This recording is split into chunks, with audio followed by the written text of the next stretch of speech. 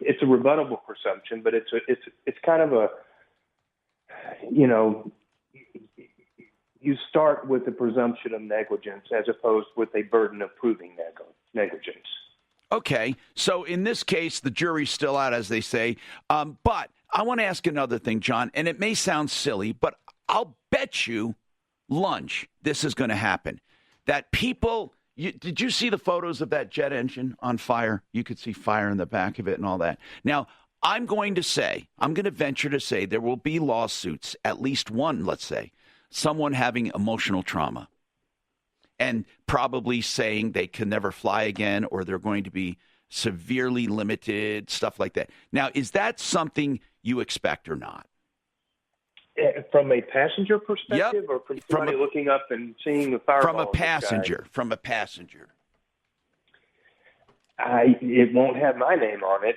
I can't say there won't be anything like that, but they put the plane on the ground and people were safe and nobody got physically injured in this, right? Right. That's right. I think they're going to have a really difficult time proving a strictly emotional distress or emotional. Okay. I think that those kind of claims, although you hear about them, they're really in the real world very, very few and far between because the burden of proof is so difficult.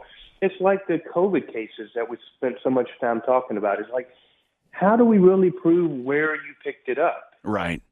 The buck's got to stop somewhere. And you can say, I went to this ultra spreader event or whatever, yeah. But you still don't actually know because the time frame between picking up the virus and actually showing some sort of symptoms can be days. And that's why, exactly. That's why I love talking to you because you do have common sense mixed with law. I love it.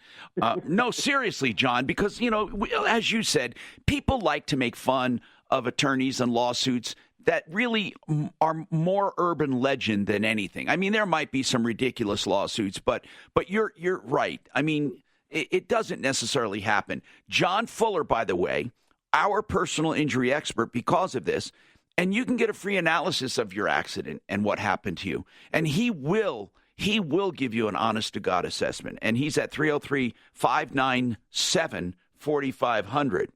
William has an insight on this as well. William says he does. Go ahead, William. What's your take on this? Yeah, I was just going to I can answer some of the questions on the aeroderivative engines that you were talking about. And you're right. There are several manufacturers. Usually GE's one of the larger companies that supply them. But hey, do you work on them? I worked on them for years. Yeah, with what airline? I worked in the... Get your furnace checked and cleaned before a deep freeze. Fix It 24/7 has a great deal for new customers. They'll thoroughly clean, check, adjust, and refurbish your furnace for just $39. It makes sense, and you won't find a better price for the extensive work and deep cleaning anywhere. 720-526-3939. That's 720-526-3939. When your house is in trouble, Fix It 24/7. We'll be there on the double. There's more to working from home than emails, so you need Wi-Fi with reliable speed, the most in-home coverage, and built-in security. You need Xfinity XFi. Get started with Xfinity Internet for $24.99 a month for 12 months with a 1-year agreement, and add an XFi pod for enhanced coverage. Plus, activate advanced security free with the XFi Gateway. Go online, call 1-800-XFINITY, or visit today. Requires paperless billing and autopay. Ends 3/21/21. Restrictions apply. New Performance Starter Plus customers only. Equipment, taxes, and fees extra and subject to change. After term, regular rates apply. Power industry and generation. So okay, all right. Just larger turbines is same turbine, just larger. Those wheels. There's a lot of stress on those wheels, and they're all time limited, right? Right. Those are called blades. That's Mm-hmm. Gas turbine. Those are blades, and the steam turbines are buckets, and the ones in the very front are called vanes. They're set up.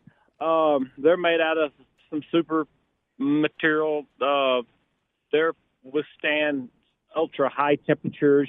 That's why you've seen that one didn't fall apart like you would if it was regular metal. But those engines have several devices on them. They have vibration, temperature, a lot of vibration probes on them, and they monitor those continuously, and they trend those continuously. Yeah. So they do have the available software in those engines for the pilots, and usually on a large fleet, you'll have a control center that's monitoring these no matter where they are because of the software that we have these days. But there is several redundant safety features and safety devices on these that they can monitor and trend the vibrations, the temps, the and William is reacting to what I said, I'm sure. When I said with a reciprocating engine, a gasoline engine or diesel, you get all kinds of trending things that tell you might have problems. And I said in a jet engine, there's not much trending at all, and you get a lot of catastrophic. Not a lot. I said they're the most dependable engines there are for hours, but as far as failures, they're usually catastrophic. But what you're telling me is that there is a way to monitor stuff. In fact, you're telling me about these vibration sensors, which are ingenious. I never thought of that because I guess if you had a small crack or material missing from a blade or a vane, it would pick it up immediately, wouldn't it, based on the change in vibration? Yes, correct. Speed's huge on those. The RPMs of those, they have several speed pickups on those as well as temperature, vibration. But is it really as easy to read a trend with a jet engine nowadays as with a gas engine? Or am I mean, because that's what I used to be told. I was told, Tom, with a jet engine, they're dependable, but when they go, and it's usually without warning. And is that not the case right now? Are you saying that there should be some indications? There should be some indication, but You're right. It can happen in a blink of an eye. If, say, some foreign object went in there and it's immediate, it's going to be kind of tedious to go in and look at those strands and see exactly what happened first. Yeah. I watched the video, and it was pretty impressive watching that. I didn't see the video. I want to see it now. It's crazy. Now, tell me what you think happened. Ooh, I would hate to even throw it out there. There's so much going on at one time. You've got lube oil systems that's producing certain amounts of pressure and flow. You've got all the speed pickups, the sensors for your vibration monitoring systems. You've got temperature probes. You've got all of that. I would think if it was a slower issue, they would have picked it up and they would have set that plane down earlier. I think something happened. It was an instant thing is what happened. And in my mind, I have no idea. All right. Well, thank you, William. Appreciate your insight. 303-713-TALK, 713-8255. Yeah, I'm seeing this video now. Man, if I was in that plane, it would scare the living daylights out of me. I would think, oh, my God, are we going to make it? Oh, man. Going back to those lawsuits on something like that, what would be odd, I always think of that McDonald's coffee one. You want hot coffee. They spill it, and they end up paying out $1 million because the coffee was too hot. I mean, to me, that is insane. Except that's not true, many of those. We hear about them. No, that's a true one, though. The McDonald's one is true. But, Mark, okay, the particular case you're talking about was my understanding, it was appealed. She went through a drive-through. It was appealed and reversed, or it was I think not they reversed. Paid $1 million. Well, we'll see. I mean, maybe on that one, yes. But I think we hear about these a lot of times, and we don't hear about sometimes these companies appealing. John, by the way, John Fuller, is that an urban legend about that coffee, that hot coffee, McDonald's, and somebody got $1 million? Was that ever? Go ahead. Listen, this is a really commonly misunderstood urban legend, if you will.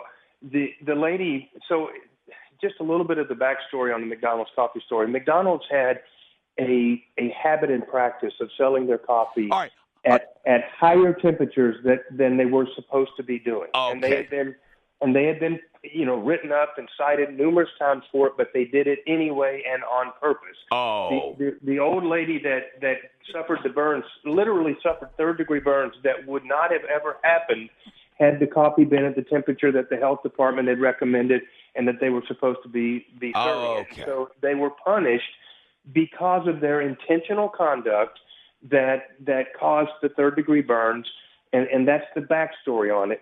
Now, to answer your question, it did get reduced on appeal, but she still was successful. But it's the most misunderstood story that comes up over and over and over and over and over. But the reality is McDonald's was extremely liable in that case, and they had intentionally made the decision to sell their coffee at a temperature that was way too hot and way above. I think they sold that coffee at like 181 degrees, and the highest allowable temperature was somewhere around 160. And so, I mean, it wasn't just a degree or two. It was intentional conduct that they perceived their customers wanted the hottest coffee available so they could go through the drive-thru and make it all the way to work before they drank their coffee. John Fuller, if you need an assessment of your case, I'm serious. I always say that. Free legal advice when you need it the most. Now, there's no obligation to hire him. Okay, but he's available at 303-597-4500. More coming up on the Troubleshooter Show. You know that one insurance company that brags about saving up to 15%? Well, how about saving even more than that? Compass Insurance. They represent dozens of different companies and will save you money. 303-771-HELP. You know that saying, you get what you pay for? Not true. You actually get way more with Frank Duran, the realestateman.com, when he lists your home. Frank Duran, RE/MAX Alliance. I'm Tom Martino, your troubleshooter. Water conditioning systems, I don't want to use the word cheapest, but Mark, they're the cheapest you can find, the best for the price too, and they're great quality. Under $2,000, fully installed the entire house. WaterPros.net. They also do filtration. You will never find lower prices or better quality than WaterPros.net. It's that simple. WaterPros.net. Okay, Spartacus, and I didn't forget about Lee. Do we have our attorney on? I'll take him now. Okay, Spartacus, hang on. I got to go to our attorney. Bradley O'Brien, like I said, you do real estate, all kinds of real estate, mainly, transactions and reviewing closing docs and all of that. I may as well ask you straight up because we do have you on a lot about tenant landlord. Do you do tenant landlord in your practice of real estate? I do, Tom, but it's a smaller part. But I do just about anything involving real estate. Okay. And again, somebody told me one time if they did tenant landlord, it would be landlord because tenants in trouble don't have money. And those are the ones that need help. Have you found that to be the case? It's sad. Yeah. Yeah. So, the landlords are the ones to hire an attorney more often. Yeah. So on this thing, this freeze, this eviction freeze, there's a lot of confusion, Bradley. Now, I think we talked about this once. Lee has a lease coming up.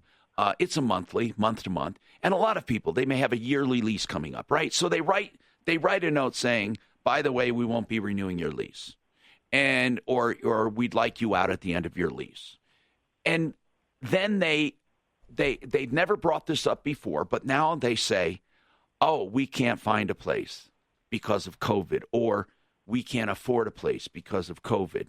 Are they now protected by the freeze on evictions? No, the CDC freeze applies to people who cannot pay their rent during the middle of their lease. It does not apply to a lease that has already come to its end. Like at the end of the year, you don't get to use that CDC thing to stay longer than your year. Oh, so you feel comfortable about that? Because I was told that if they're a holdover and you try to get them out and then they invoke the COVID, they may be successful. You don't think they will be? Well, there are some counties, in particular El Paso County, that are a little more restrictive on evictions, going a little bit further than what the state or federal moratoriums are. And in those counties, it might be a little harder to get an eviction done right now. But like in Denver, the landlord should be able to get that done. Now, Lee, Was this person paying every month before you said we're not renewing? He gave him a notice to quit in September. Hold on. And